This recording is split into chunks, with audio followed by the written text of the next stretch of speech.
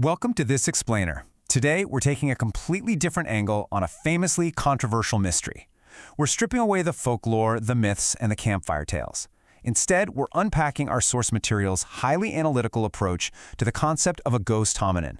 We're treating this phenomena, what pop culture usually calls Bigfoot, as a rigid, uncompromising statistical and forensic biology problem. So get ready, because the data we are about to explore will fundamentally challenge how you view anomalous reporting.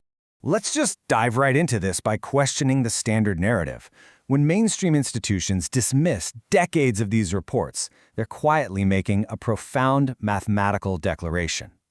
They are relying on a really dogmatic baseline assumption that the error rate of this massive eyewitness database must be an unblemished 100%. For the phenomenon to be entirely artificial, there can be absolutely zero exceptions.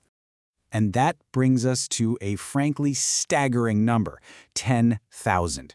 The source notes that in North America alone, the documented ledger of modern, unlinked bipedal hominin sightings actually exceeds 10,000 unique case files. We aren't just talking about a few dozen rumors here. We are looking at an expansive, multi-generational dataset. Section 1. The Mathematical Gauntlet. The Law of Large Numbers and Systemic Failure. To really understand the weight of 10,000 sightings, we literally have to treat them as isolated statistical trials.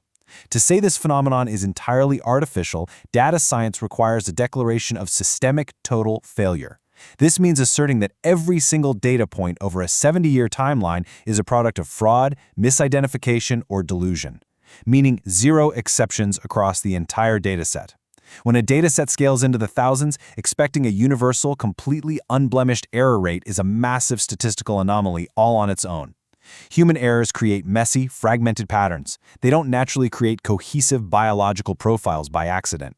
To model this forensically, and to completely remove any bias, the source deliberately stacks the deck against the creature. They assign an incredibly high, hyper-conservative 99.9% failure rate to the database. They're assuming almost every single report is a lie or just a trick of the light. That leaves a razor-thin 0.1% accuracy margin per case. But hey, here is exactly where the math catches up with the skepticism. Using the compound probability formula across 10,000 independent variables, there is a mere 0.0045% chance that every single witness is simultaneously wrong. The source points out that even if you drop the failure rate to 99%, the probability of a complete 100% hoax across the board is mathematically like winning the lottery jackpot 6 times in a row.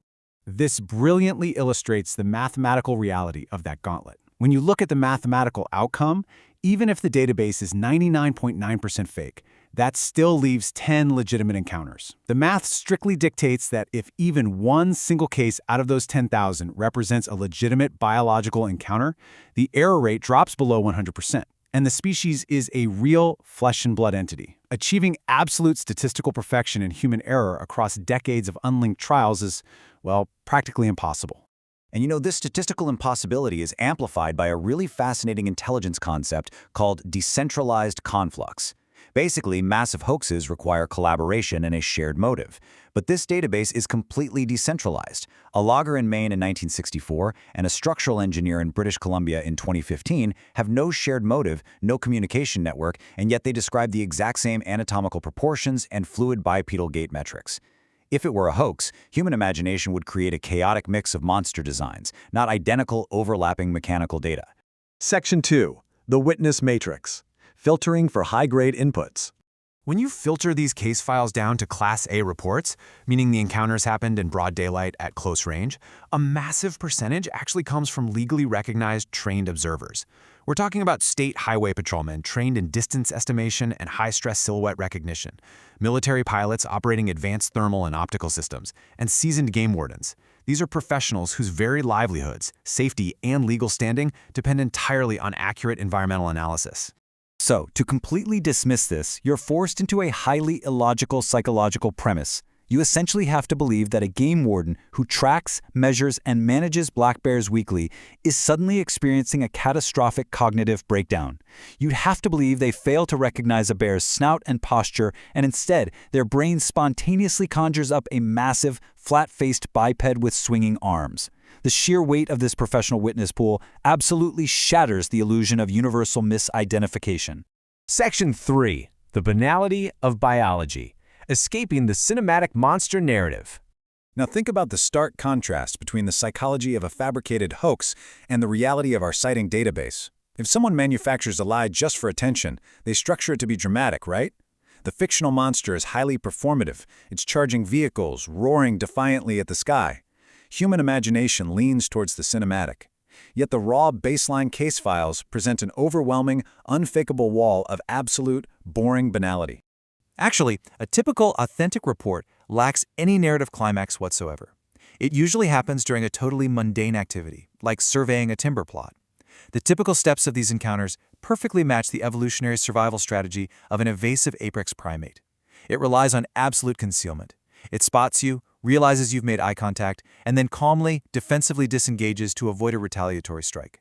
If thousands of unlinked people were lying, they certainly wouldn't secretly agree to make their stories as anticlimactic as a routine wildlife log. Section 4. The ecological niche. Non-random geographic clustering. If this whole phenomenon was just driven by internet trends or folklore, sightings would naturally cluster randomly around human populations, right? Because human imagination can hallucinate a monster anywhere. But the data fiercely rejects random social patterns. Instead, sightings lock into highly specific ecological niches. These reports cluster almost entirely in zones providing high rainfall and unbroken canopy cover, rugged mountainous topography for isolation, and the immense daily caloric intake, like major salmon runs, required to sustain a massive animal. Which leads us to a pretty staggering statistical correlation highlighted by the source. When data scientists overlaid the hominin sighting map directly onto the geographic density map of the American black bear, they lined up perfectly. Where black bears thrive, sightings spike. Where they don't, sightings flatline. This proves strict adherence to the biological laws of sympatric speciation. If a robust hominin existed, it would literally have to live exactly where the black bear lives, sharing the exact same water tables, denning brush, and forage. This specific environmental clustering confirms that the data set isn't just being conjured up from some internal fantasy. It is an empirical recording of a living tenet of the deep woods. I mean, let's be real. Your average weekend prankster out for a laugh doesn't sit down to cross-reference rainfall metrics, topographical maps, and game density charts before faking a sighting, just to ensure their hoax perfectly aligns with the foundational resource grade of North American mammals. So I'm going to leave you with this final, provocative thought. We've just seen how the math proves a 100% false database is essentially impossible. We've seen that the reported behaviors map exactly to an evasive primate, and the geography perfectly aligns with the required ecological niche. So if all that is true, you really have to ask yourself, what are these thousands of highly trained professionals actually encountering out there in the wilderness? Thank you so much for joining this explainer, and remember, always keep questioning the data.